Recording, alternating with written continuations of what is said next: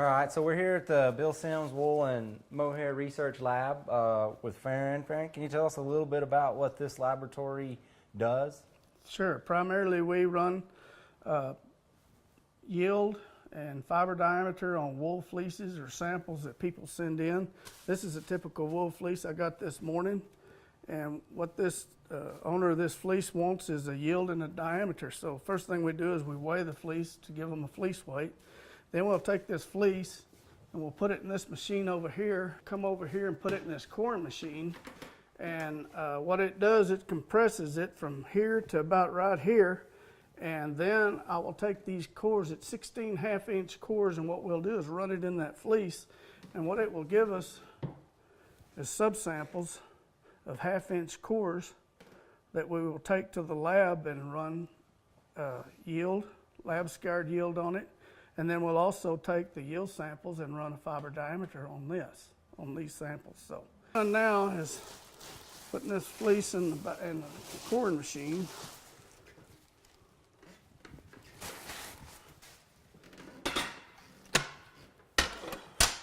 And what we'll do is we'll compress it.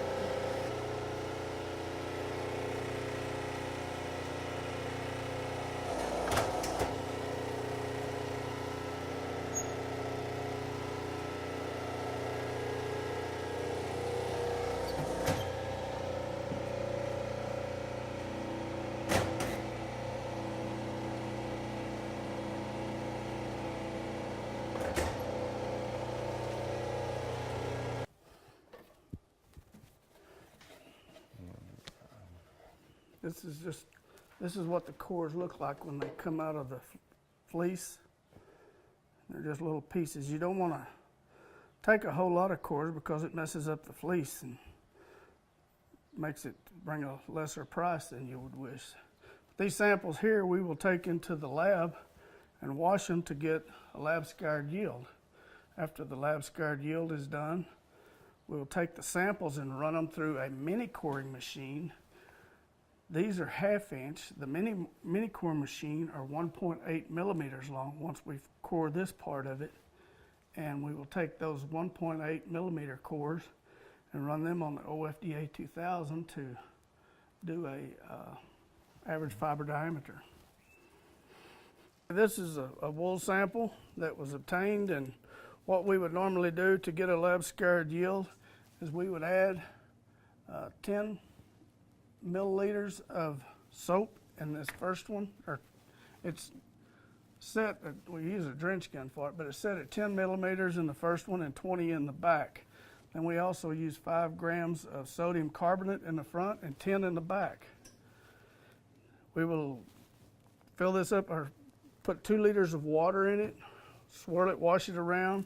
We run it through a 100 mesh screen, get the water and the grease out of it, pour it into another bucket, and we wash it again. And usually it's trying to simulate a scouring machine is what it's trying to do. After the second wash, we take it out, squeeze all the excess water out of it, put it back in the sack, and then we'll put it in one of these 2 ovens right here, and it dries it at 105 degrees Fahrenheit overnight for 24 hours. So earlier today we've been talking with at the different places about the quality in wool. One of the drivers of quality is fiber diameter, and what you have here is a piece of equipment that measures that. Can you tell us a little bit how it works? Sure. This is called an OFDA 2000. This instrument was developed in Australia. We actually have 2 of them. We have a lab model, and this is a traveling model where you can take out on the ranches to measure fiber diameter off individual animals. It's a great instrument. It's kind of expensive. We have other pieces of equipment that are not quite as expensive, but we try not to use this machine or abuse it or anything because they're about $60,000 to $70,000. So I have pulled from a fleece, and I'm going to demonstrate how we run average fiber diameter. What we have to do is get it all kind of separated out. We spread it out on this slide over here. And do you put the shorn side or the tips of the wool at the top or the bottom? The base or the shorn side is at the top and the tip is at the bottom. And what we'll do is close this slide, this mechanism, and I've already got it programmed to who the producer is or so forth. What it's going to start doing is measuring those individual fibers.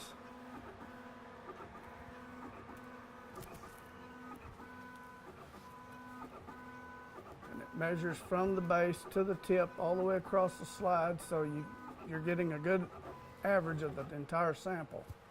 This slide twice now, and it came out 21.2 microns the first time. The second time it came out 21.1 microns, so it's pretty consistent, I mean. And we also, in the morning when we start up and during the middle of the day, we have a set of standard slides that vary from 17 microns to about 34 microns. And all these standards need to come out within 0.3 tenths of 1 micron. If they're over that, we begin to worry about our calibration. And I've calibrated these things. Well, this one we had a retrofit done last year, and I made a calibration out of it, and they haven't varied. 8 slides haven't varied over 0.3 of 1 micron since we got it. So once you put a calibration in, it's very, very consistent. I've got these other two, they were calibrated 8 years ago, so that's how good they are. They're very consistent. So tell me about what other information is given besides micron, average micron. Well, average fiber diameter, which is 21.1. And it's not on this particular way it's set up, but it'll also give you CV, which is coefficient of variation. It gives you staple length, which is 75 millimeters.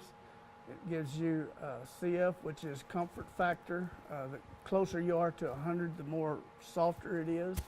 Is that also a measure of the amount of coarse fibers that give that wool an amount of itchiness? Yes, actually the opposite. It's called comfort factor is the direct opposite of prickle factor, and the lower it is, closer to 0, it's more itchy. So the higher that number is the more softer and finer that actual fibers are in that sample. So that's the number of fibers under 30 microns. That's correct. So only 2.4% of the fibers were above 30 microns. That's and correct. That 30 micron benchmark is a pretty big teller of the itchiness and whether that wool can be worn next to skin. That's correct. It'll also give you standard deviation, fiber curvature, which is the number of crimps per inch, and the statistical data for that also. Tell us about the profile graph Okay. here as well. What does that mean? This just tells you across the sample here, when it measures it all the way down, it started out measuring at about 23 microns, and then it took a dip down here and went down to about 16, and the more it goes down, that tells you the comfort factor part of it. The finer it gets. So isn't that along the fiber? So Yes. So the beginning of that graph is here. Yes. So this is 20, 22, 23, and then kind of a midway or the first quarter that wool got coarser into the 24, 25 micron, and then towards the tip got that finer. Right. But that would be the opposite, because this is the closest since it was last shorn. So after shearing, there may have been just adequate nutrition, and then that nutritional plane was picked up, and that's why that wool got coarser, closer to the bases. Yeah, that and age too. They also get coarser as they age. A lot of them do. So these are animals are Shetland animals, so they tend to get coarser with age anyway. So Wow, that's really fine for Shetland wool. that is it. It varies anywhere from 21 to 35 microns, something like that.